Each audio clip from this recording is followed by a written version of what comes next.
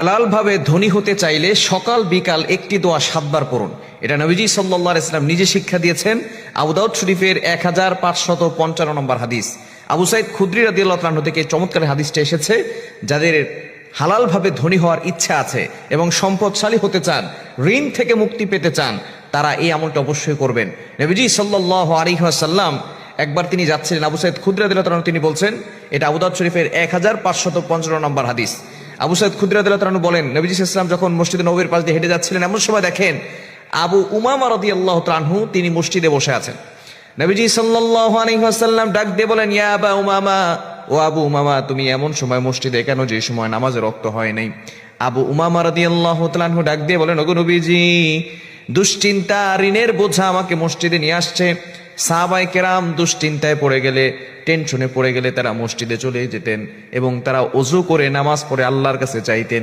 সাহাবায়ে কেরাম সব সময় আমাদেরকে যে মেসেজগুলো দিয়েছেন যে কোনো বিপদে পড়ে গেলে আল্লাহর কাছে সাহায্য চাইতে হবে।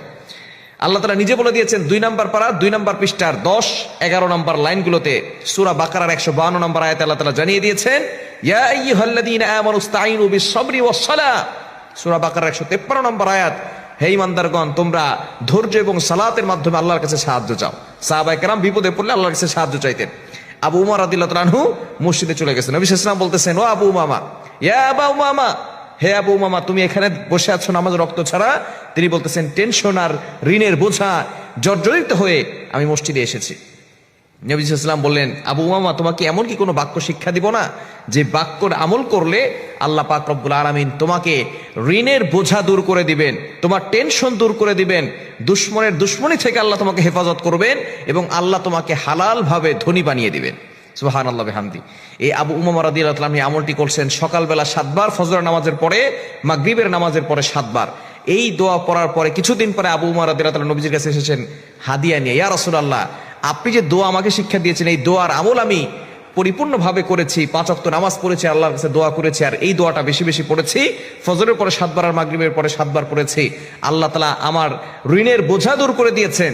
আল্লাহ তাআলা আমাকে এত পরিমাণ সম্পদ দিয়েছেন যে আমি যাকাত দিতে পারি এবং আপনার জন্য হাদিয়া নিয়ে আসছি। দোয়াটি হচ্ছে, আল্লাহুম্মা ইন্নী আউযু বিকা মিনাল হাম্মি ওয়াল হুজনি ওয়া আউযু বিকা মিনাল আজাজি ওয়াল কাসালি ওয়া আউযু বিকা মিনাল জুবনি ওয়াল বুখলি ওয়া আউযু বিকা মিন গলাবাতিদ দাইনি ওয়া কাহরির রিজাল। বুখারী শরীফের ভিতরে হাদিসটি এসেছে, তবে এটার রিওয়ায়াত একটু ভিন্ন আছে। তবে এই হাদিসটা আবু দাউদ শরীফের 1555 নম্বর হাদিস। নবীজি সাল্লাল্লাহু আলাইহি ওয়াসাল্লাম চমৎকার এই দোয়াটা শিক্ষা দিয়েছেন। এই দোয়াটা ফজরের পরে 7 বার পড়বেন, মাগরিবের পরে 7 বার পড়বেন। আল্লাহ তাআলা গায়বী সাহায্য আপনাকে দান করবেন, ঋণের বোঝা দূর করবেন, টেনশন মুক্তির ব্যবস্থা করে দিবেন। যারা ফ্রাস্ট্রেটেড পিপল আছেন, দারিদ্রতার ভিতরে পড়ে গেছেন, তারা এই দোয়াটা পড়বেন। যারা ঋণের বোঝায় জর্জরিত হয়ে আছেন, তারা এই আমলটি করবেন। আল্লাহ তাআলা আপনার ঋণ দূর করে দিবেন এবং আল্লাহ তাআলা আপনাকে হালাল ভাবে ধনী বানিয়ে দিবেন।